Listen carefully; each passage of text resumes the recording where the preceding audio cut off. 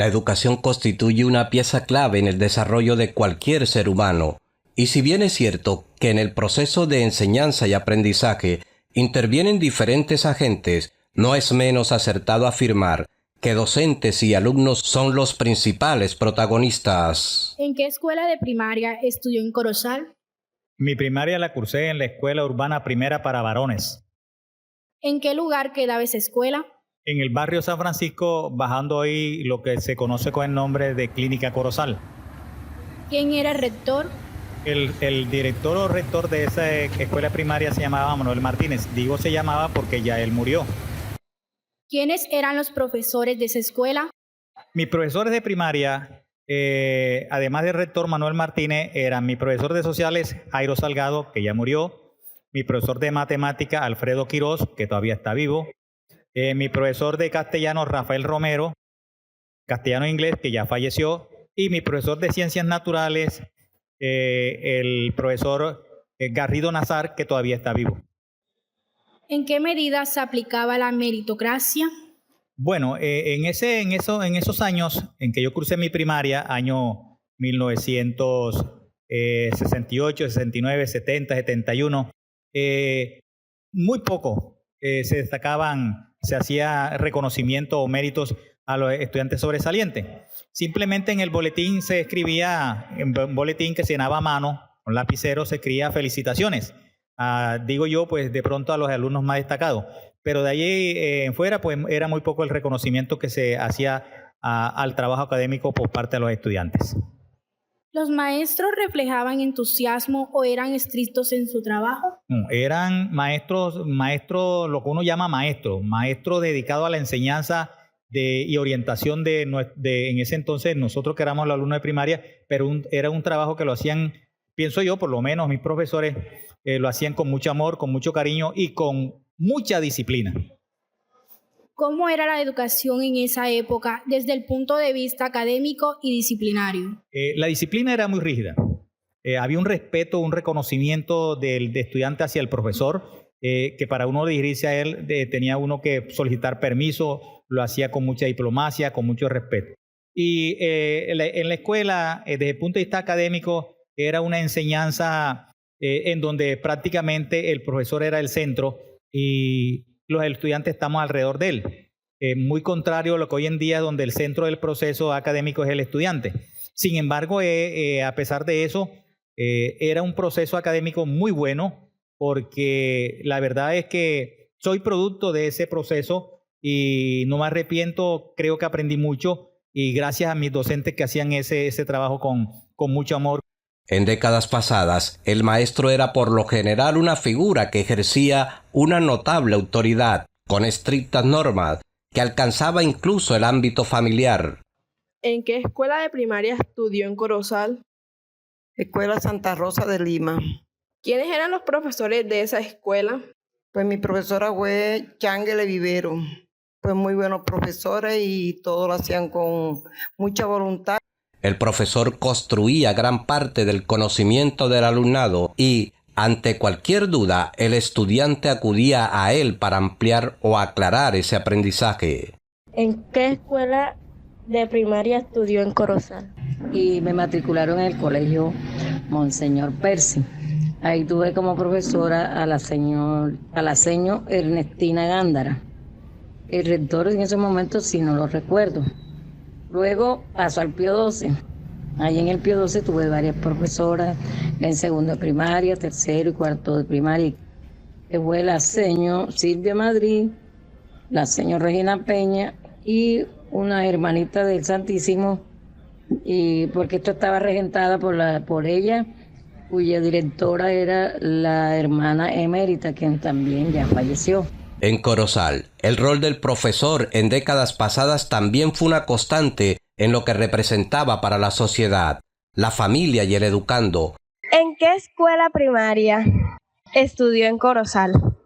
Tuve la oportunidad de estudiar mis primeros 4 años en la Urbana Segunda de Corozal y el 5º año de primaria lo hice en la escuela anexa a la normal, los primeros 4 años de primaria.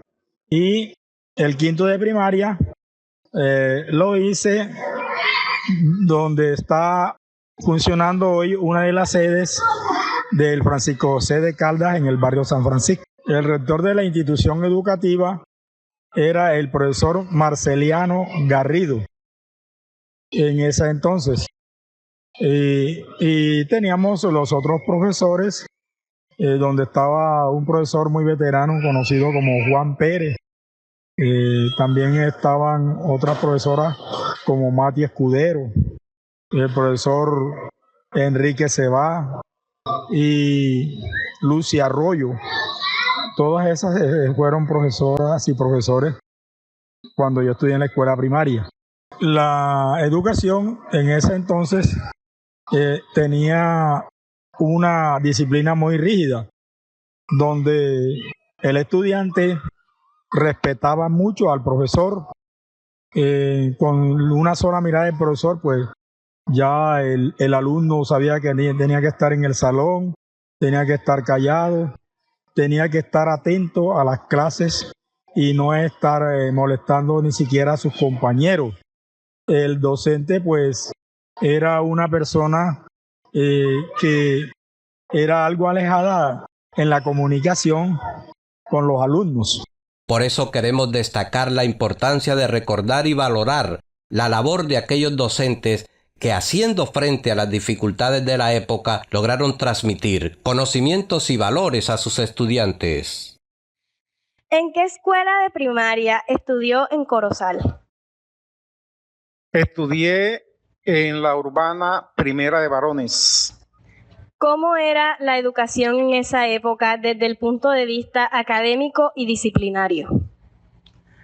Bueno, desde el punto de vista académico era muy exigente, comparado con lo que hoy nosotros estamos manejando en las aulas.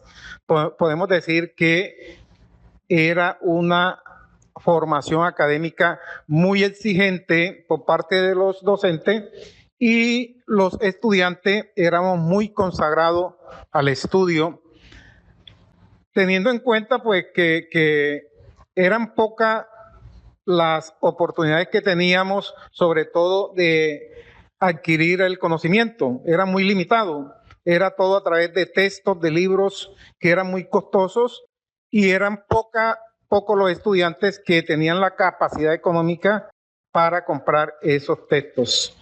A pesar de todo eso, todos adquiríamos el aprendizaje y nos hacíamos personas intelectuales en cada uno de los grados que íbamos cursando. Con relación a la parte disciplinaria, también era una cuestión muy rigurosa, puesto que los papás acompañaban el proceso que se daba en las aulas con los docentes. El docente podía inclusive castigar físicamente al estudiante. Y el papá, en vez de ponerse bravo, el papá le daba orden a los maestros para que hicieran ese tipo de correctivos.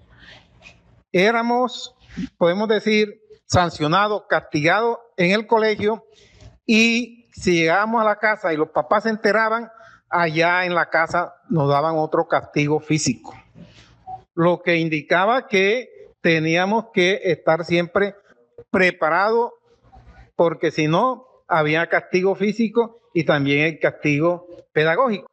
Fueron maestros y maestras comprometidos con su labor, que dejaron una huella imborrable en la vida de muchos de nosotros. ¿En qué escuela de primaria estudió en Corozal? Yo estudié en el colegio Monseñor, que queda en el centro. ¿Quién era el rector? La directora era una señora llamada Clara, que era monja. ¿Quiénes eran los profesores de esa escuela? Bueno, a mí recuerdo mis profesores, que fueron Hererda Martínez y Sonia Asia González. ¿Los maestros reflejaban entusiasmos o eran estrictos en su trabajo?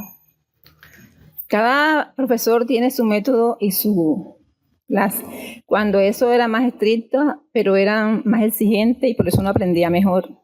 Profesor, ¿en qué escuela de primaria trabajó usted en los años 50 y 60 aquí en Corozal? En la escuela urbana que funcionaba frente al Parque Central de Corozal, en casa de Lácides Pérez. Después la escuela urbana se dividió y había una sección que se llamaba Hijo del Chofer y otra Sor María Angélica. El rector primero que tuvo esa escuela fue Iván Mosquera, pero posteriormente hubo otros que dirigieron esa escuela. ¿Quiénes fueron sus compañeros de aquellas épocas? Como compañeros de trabajo, Juan Pérez Serán, Julio Merlano, Osvaldo Piña, Julia Quintero, Elvira Vergara, Lida Vuelvas, Rafael Rojas. ¿En esos años se aplicaba la meritocracia? Muy pocos maestros eran titulados como normalistas, otros empíricos.